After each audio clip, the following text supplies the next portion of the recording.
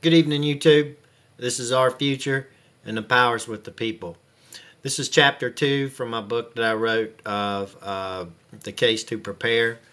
We'll go ahead and get started and read along with me. The economy, the central banks, and who controls them. History is written for us to learn what happened generations before us. It is taught to be used as a guide by the people of the past for us to see what happened, what can happen, and what will happen if history repeats itself. Because it is recorded, and we have all been taught many of these things in school, some of this may ring a bell in your head. Other things can be easily verified very quickly through Google if you are willing to look. Hampshire Mayor Rothschild, previously Hampshire Mayor Bauer, please pay attention to that name.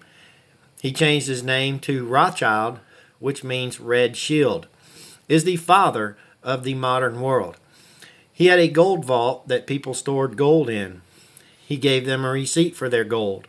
Those receipts soon became liquid, and people were trading the receipts as gold or currency. Rothschild learned that he could loan more than he had in gold because he knew not everyone would demand all their gold back at once. This is fractional banking.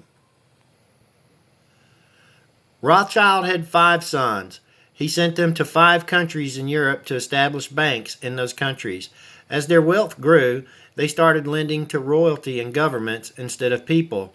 They introduced government bonds and started central banking, controlling all of Europe's money supply.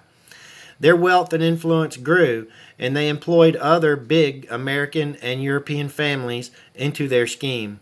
I will refer to this group of people as the bankers for the rest of this book. You should know who these people are. Understand whoever controls the money controls the governments. They figured out that war was very profitable by betting both sides and making the loser pay. Research the French Revolution. The bankers plotted and planned and helped finance the Great French Revolution of 1789 exactly the same way their predecessors had plotted, planned, and financed the English Revolution of 1640 through 1649. Look up the Louisiana Purchase. The bankers were worried that Napoleon would hit their banks, so they pulled the plug on him. This is why he sold the Louisiana Territory to the United States for peanuts. He was desperate. He lost. The bankers controlled trading markets and were able to manipulate stock and bond prices to acquire vast resources and basically own governments and public corporations. Our history is littered with these people. The world's history is littered with the people for the last 300 years. Abe Lincoln was not killed because he freed the slaves. He was killed because the bankers wanted to establish a central bank in the United States. He had the greenbacks. Our forefathers warned that if the U.S. did not handle its own money, that we would be ruled by the people that did.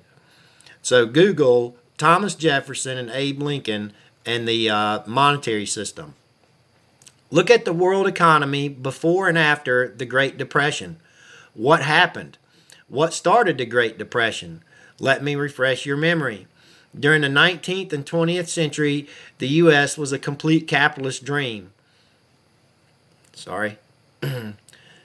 There were some rogue corporations that understood that if they infiltrated the government by appointment, such as directors, cabinet members, judges, senators, etc., that they could do anything they desired and become more powerful than the United States itself. This is where those antitrust cases from J.P. Morgan, the Rockefellers, and Carnegie came from. All of this was proven in U.S. court. These guys were guided by the bankers because by the 20th century, the bankers owned Reuters, the Associated Press, and just about everything else, including those monkeys named above. They dumped their holdings and crashed the market, sending the world into the Great Depression. Then they bought everything up again at a fraction of the price. The Roosevelts are not much different from the Bushes if you look at history. Theodore Roosevelt was FDR's cousin. He was an evil man. FDR established the central bank and the New Deal to save everyone from economic collapse. It worked, and the money was used for all kinds of wonderful stuff like the Hoover Dam, utilities, Social Security, weapons, military, education, and a much larger government. How did the government get the money to pay for all that? From loans from the central bank owned by the bankers. How did they pay them back?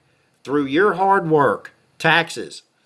How can the government pay the debt off? They can't, they don't. The debt grows forever, meaning more and more taxes over time. That system makes every U.S. citizen a slave to the owners of the central bank.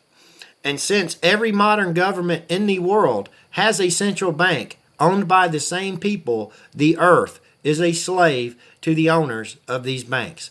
The bankers are and always have been war profiteers. This means they make the most money with wars because that's when governments spend the most money. So these bastards have been making money and acquiring vast resources and control of most of the world's governments, money off the little man's blood, our blood, and people like us. Blood money.